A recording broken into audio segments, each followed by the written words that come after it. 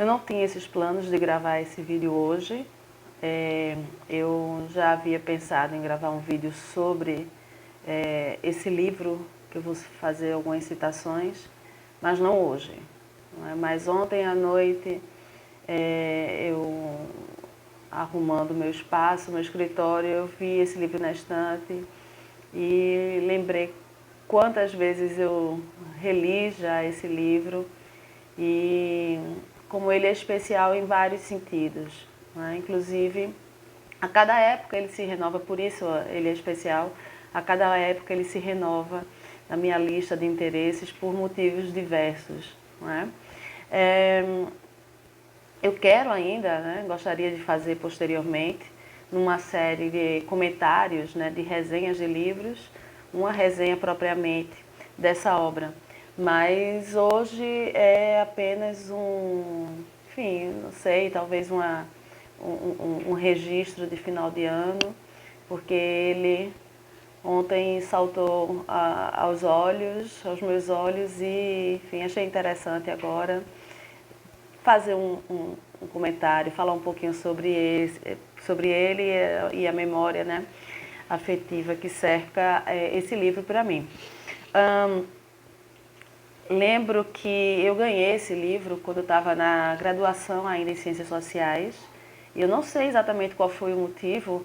A minha turma, eu acho que depois de uma aula, a gente saiu da Universidade Federal de Pernambuco e nós fomos para o centro da cidade do Recife e numa área lá de sebos de livros. E cada um comprou um livro, né, para um colega, tipo um amigo secreto, eu acho que foi esse o motivo.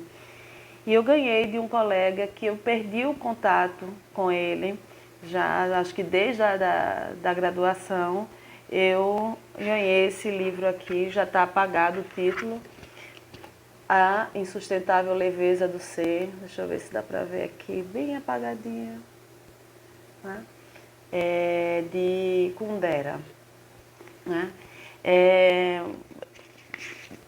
Na verdade, faz parte de uma coleção chamada Mestres da Literatura Contemporânea, da editora Record. Muito boa essa coleção. Também tem outros dois títulos dessa coleção, que é O Perfume e O Amante. E o Perfume, com certeza eu vou fazer posteriormente uma resenha desse livro. Mas esse livro é muito especial. Eu comprei, foi uma surpresa muito boa. Já era um clássico, obviamente, quando eu ganhei. Mas eu nunca tinha realmente me atentado, não é? Eu nunca havia tido o interesse de ir lá numa livraria comprar e ganhei e li e me apaixonei, né? Então, o meu exemplar, ele é todo aqui, todo riscado, todo grifado, marcado.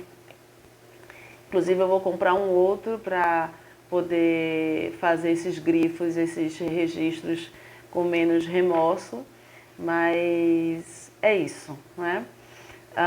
Então, o que vou também, como não é uma resenha, eu vou falar rapidamente do contexto da história para mim, e aí cada um tem uma leitura um pouco diferente. Para mim é uma história de amor, né? Trata-se de uma história de amor, envolve 4 pessoas, 2 casais, mas a figura principal para mim é o Tomás, e se trata vamos dizer, do mergulho do Tomás no peso da existência. Tá? Não vou entrar na resenha do livro, mas não dar spoiler, nem falar nos pormenores do livro, mas, na verdade, é a descoberta do Tomás, do peso da existência, e não só do peso, né? Mas da importância e do valor do peso da existência, né? E, bom, eu gostaria de ler aqui uns trechos muito interessantes, né? O primeiro trecho, aliás, eu acho que os trechos que eu quero destacar aqui, eles estão todos na primeira parte, se eu não me engano. Não. Existe um outro trecho que está na quinta parte, né? Mas o primeiro trecho que eu queria destacar está na primeira parte, parte esta que se chama A Leveza e o Peso, né? E fala, a primeira parte fala um pouco sobre Tomás, entre outras coisas. Ah, sim, e claro, é uma história de amor e de descoberta erótica, né? Descoberta do amor, que tem como pano de fundo, obviamente, a Primavera de Praga. Tá? É um romance histórico, digamos assim. Bom, nessa primeira parte, no capítulo 4, né, você entende um pouco sobre quem é Tomás. Tomás é um homem que vive vamos dizer, vive de aventuras amorosas, não se prende a ninguém, faz questão de não fazê-lo e tinha medo, na verdade, né? Há um medo lá atrás desse vínculo, né? De criar vínculos com alguma mulher, enfim. Em algumas passagens, inclusive, ele expressa um mal-estar, né? Quando qualquer vínculo começa a se tornar mais forte, mais concreto. Então, nessa primeira parte, no capítulo 4, são pequenos capítulos, né? Bem curtinhos. Ele fala, o narrador fala o seguinte: compreendeu, Tomás, então, que não nascera para viver ao lado de uma mulher, qualquer que fosse ela, e que só poderia ser um celibatário.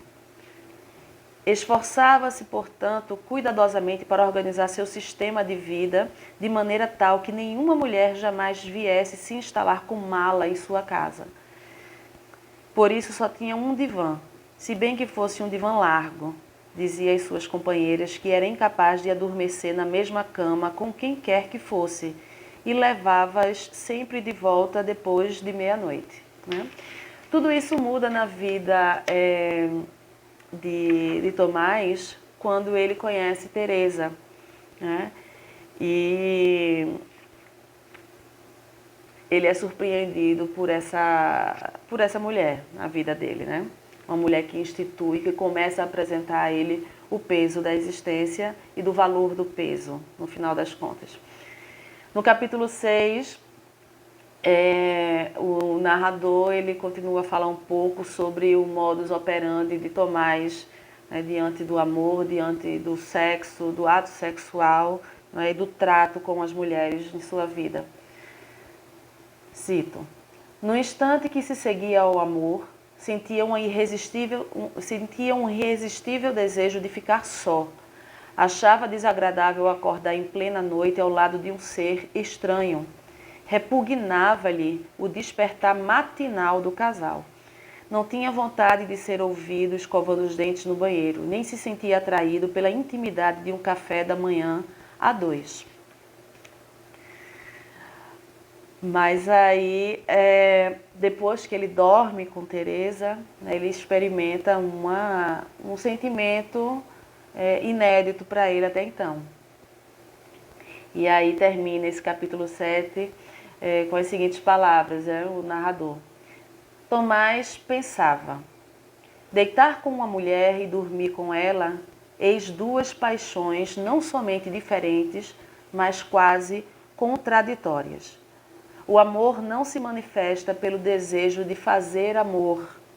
Esse desejo se aplica a uma série inumerável de mulheres, mas pelo desejo do sono compartilhado.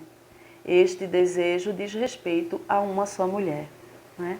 Então, eu acho muito bonito essa parte em que ele descobre aí a diferença realmente do peso, né? Começa a descobrir pelo compartilhamento do sono. Né? Então, você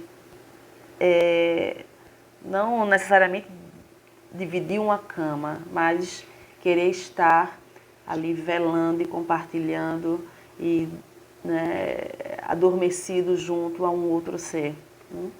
E por fim, na quinta parte, né, no capítulo 12 da quinta parte, dois breves parágrafos, né, e dois breves parágrafos e uma citação do último parágrafo desse capítulo.